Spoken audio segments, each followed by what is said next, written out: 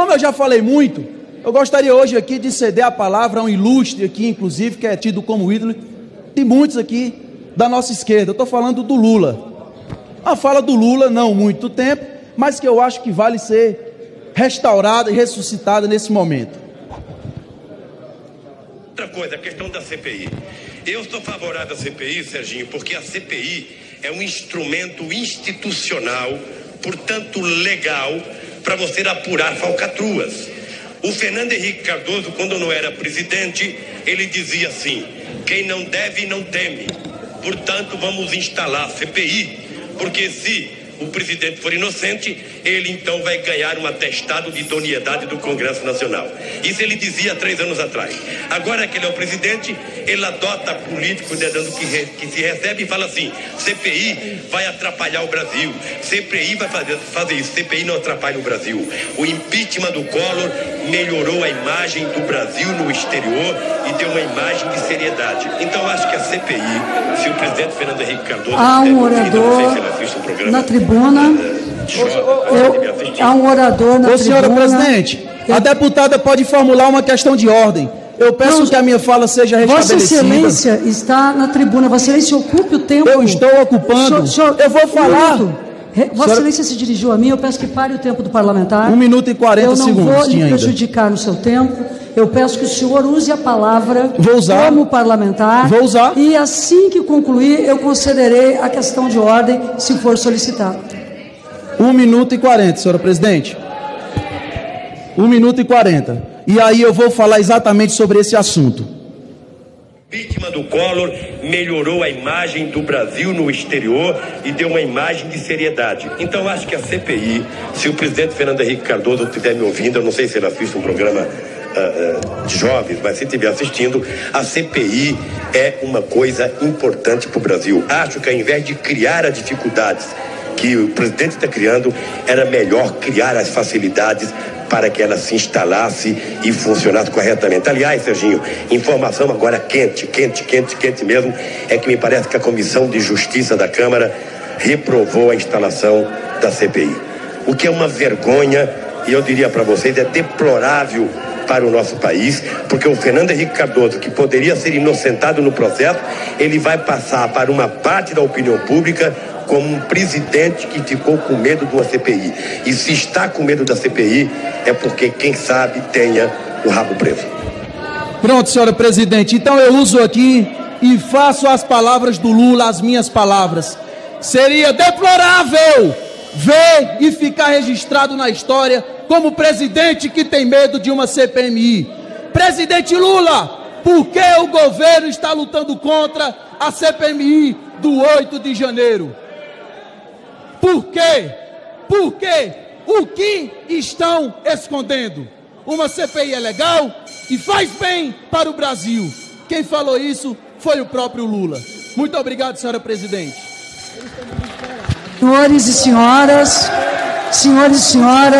esta é a Câmara dos Deputados do Brasil. Para fazer justiça ao Michel Temer, que não deu um golpe, muito pelo contrário, fez 2 grandes reformas, não fora o entorno de Michel e problemas pessoais que lhe ocorreram ao longo dos 2 anos, Michel hoje estaria marcado como um dos grandes e maiores presidentes da República desse país. E enquanto presidente teve a oportunidade de indicar um ministro para o Supremo. Morreu Teori Zavascki no acidente de avião. E então o Temer escolhe o seu ministro da Justiça. Se Temer deu um golpe e governou com um golpe, já nomear ministros já era um golpe. Ele nomeou o ministro Alexandre de Moraes como seu ministro da Justiça, no governo Temer. O Temer me telefona, senhor presidente, e me pede para receber o ministro Alexandre de Moraes. Conversei com ele no meu gabinete, muita coisa, e havia um assanhamento muito louco, assim, da esquerda aqui, senador Edberg, senador Randolph, protocolando coisa contra Alexandre de Moraes, que ele não podia ser indicado por isso. A minha pergunta é essa, senhor presidente: se Temer deu um golpe, a nomeação do ministro Alexandre é fruto de um golpe? Se Temer deu um golpe, o que Temer fez não tem validade. Vamos validar tudo que ocorreu no governo Temer porque foi um golpe. A nomeação do ministro foi um golpe?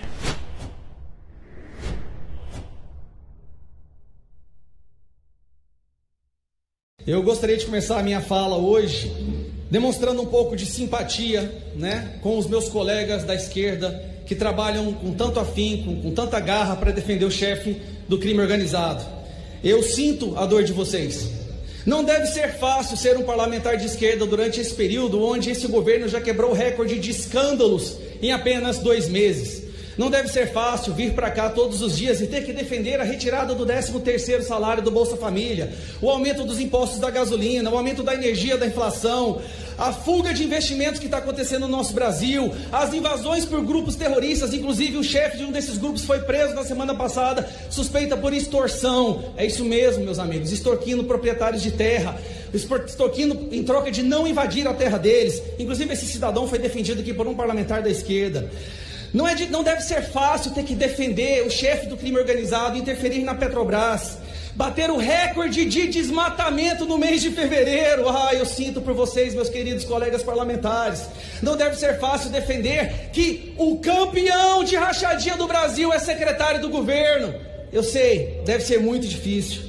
Não deve ser fácil defender que dinheiro está sendo enviado para ditaduras. Não deve ser fácil o imposto do pecado, porque o seu chefe prometeu a cervejinha mais barata e agora vai cobrar mais impostos em cima de bebida alcoólica. Nome do imposto? Imposto do pecado, porque é um pecado mesmo esse governo.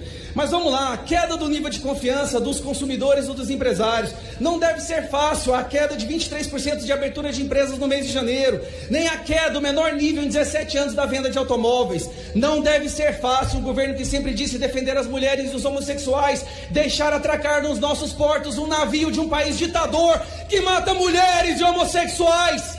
E é condenado pelo mundo inteiro, menos pelo chefe dos senhores. Deve ser muito difícil ter que passar tanto pano. Eu sinto as dores dos senhores. Não deve ser fácil ter um ministro dos cavalos que usa avião da FAB para ir em leilão e depois ter que ver o chefe dos senhores manter esse cidadão no ministério. Eu sei, não deve ser fácil. Não deve ser fácil, depois de tantos anos acusando o governo Bolsonaro de miliciano, ter a ministra dos milicianos do governo dos senhores, inclusive apoiada por um cidadão condenado por homicídio. A parte mais difícil, a parte que deve ser menos fácil, é onde vocês têm que defender um cidadão que está tentando comprar parlamentares para que eles retirarem assinaturas de uma CPI para investigar o que aconteceu no dia 8 de janeiro. O mesmo argumento que os senhores usam para atacar a direita, para tirar as liberdades constitucionais do povo brasileiro, que nós pedimos que seja investigado. O chefe dos senhores está pagando para que os parlamentares retirem a assinatura. Por quê, meus senhores? Eu deixo com vocês a oportunidade de subir do plenário e explicar por que esse esquema de corrupção, por que esse escândalo agora. E para terminar, eu peço uma coisa: pega leve com a gente, pessoal. É tanto escândalo, é tanta porcaria que a gente não está nem conseguindo mais abordar todos os assuntos. Obrigado. Mais de 6,6 milhões de reais foi o custo total da recepção de autoridades e convidados para o coquetel oferecido por Lula no Palácio do Itamaraty, sede do Ministério de Relações Exteriores, na data da posse presidencial em 1º de janeiro. O que é verdade é que se nós produzimos alimento demais no planeta Terra, e se nesse país a gente produz alimento demais, e tem gente com fome, significa que alguém está comendo mais do que deveria comer para que o outro pudesse comer um pouco. Os dados foram obtidos pelo jornal O Tempo em Brasília, via Lei de Acesso à Informação. Somente o serviço de catering, com bebidas e comida à la carte, para 3.400 convidados, custou mais de 1,9 milhão. Entre os pratos oferecidos na recepção do dia 1º de janeiro, segundo o jornal Folha de São Paulo, à época, estavam um bolinho de piracuí, farinha de peixe seco típica da Amazônia, acarajé e arroz carreteiro. Entre os drinks oferecidos, teve gin tônica com flor da clitória, uma planta asiática.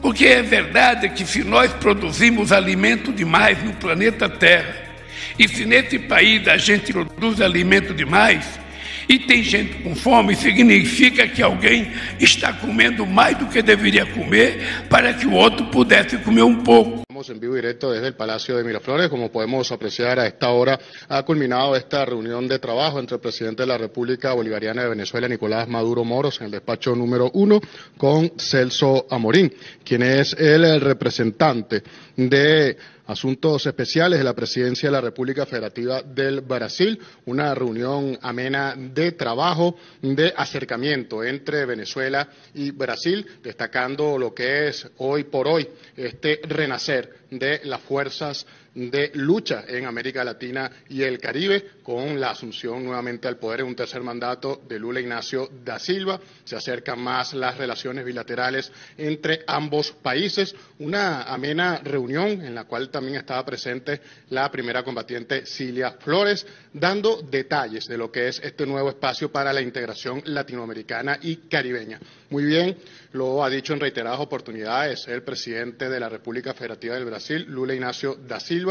Es el momento del reencuentro, es el momento de reiniciar todas las fuerzas del cambio en la región, procesos incluso en donde hay que destacar lo que es la proyección que siempre ha tenido el pequeño gigante de América, Brasil, en relación a hermanos países, naciones, como lo es el África. Es allí uno de los mensajes que también ha dado Lula Ignacio da Silva, lo ha reafirmado el presidente de la República Bolivariana de Venezuela, Nicolás Maduro Moros. El reencuentro, la integración sur-sur, parte de las estrategias a reafirmar en este nuevo proceso de integración, como ya lo hemos dicho, con la llegada nuevamente al poder de Lula Ignacio da Silva. Aquí vemos parte de lo que es este ameno encuentro, palabras que está dando el ilustre visitante al presidente de la República Bolivariana de Venezuela, Nicolás Maduro Moros. Recordar que Celso Amorín ha sido canciller de la República Federativa del Brasil en 2 oportunidades, del año 93 al 94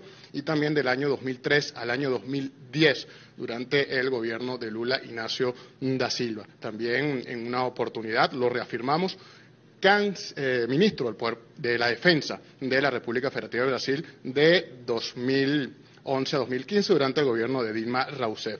Aquí vemos entonces parte de lo que ha sido esta visita, de esta delegación del hermano país de Brasil, conformada por otros representantes del gabinete brasilero que han visitado el día de hoy al presidente de la República Bolivariana de Venezuela. Con esta información, nosotros devolvemos nuevamente el pase a los estudios. Adelante.